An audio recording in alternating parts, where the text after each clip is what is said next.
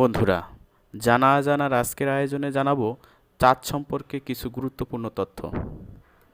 চাঁদ চাঁদ পৃথিবীর একমাত্র প্রাকৃতিক উপগ্রহ এবং সৌরজগতের পঞ্চম বৃহত্তম উপগ্রহ।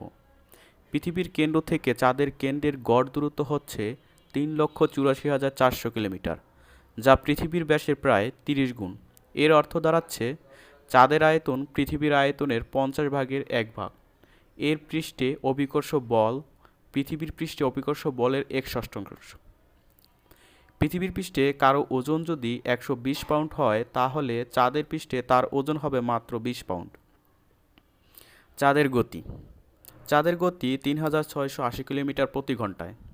এটি প্রতি 27 দিনে পৃথিবীর চারদিকে একটি পূর্ণ আবর্তন সম্পন্ন করে।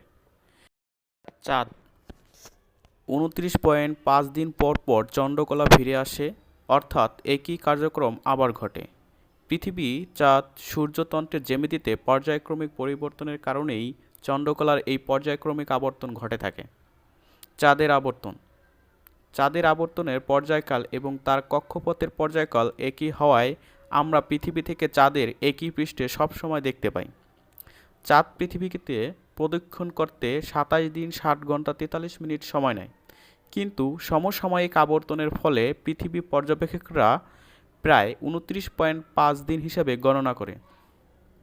একটি ঘন্টা আবর্তনের পর্যায়কাল অর্ধেক ডিগ্রি দূরত্ব অতিক্রম করে। চাঁদ পৃথিবীকে যে অক্ষরেখায় পশ্চিম থেকে পূর্ব দিকে আবর্তন করছে, সেই অক্ষরেখায় চাঁদ একদিন বা 24 ঘন্টায় 13 ডিগ্রি কোণ অতিক্রম করে। সুতরাং পৃথিবীকে প্রদক্ষিণ করতে চাঁদের সময় লাগে 27 দিন 7 ঘন্টা 43 মিনিট। এজন্যই আমরা পৃথিবী থেকে চাঁদের একই পৃষ্ঠে থেকে দেখে থাকি। পৃথিবী থেকে আমরা চাঁদের শতকরা প্রায় 59 ভাগ দেখতে পেয়ে থাকি। পৃথিবীর চন্দ্র সমারোহের অবিরত পরিবর্তন হচ্ছে। জোয়ার ভাটার সাথে এর সম্পর্ক রয়েছে। চাঁদের আকর্ষণে চাঁদের দিকে অবস্থিত সমুদ্রের জল তার নিচের মাটি অপেক্ষা বেশি জোরে আকৃষ্ট হয়। এ কারণেই চাঁদের দিকে অবস্থিত জল বেশি ফুলে ওঠে।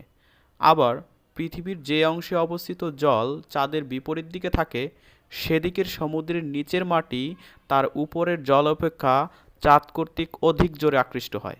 এ কারণেই এই মাটি জল অপেক্ষা চাঁদের বেশি নিকটবর্তী, ফলে সেখানকার জল মাটি থেকে দূরে সরে যায়, অর্থাৎ ছাপিয়ে ওঠে। এক্ষেত্রে ফুলে ওঠার কাহিনীটিই ঘটে।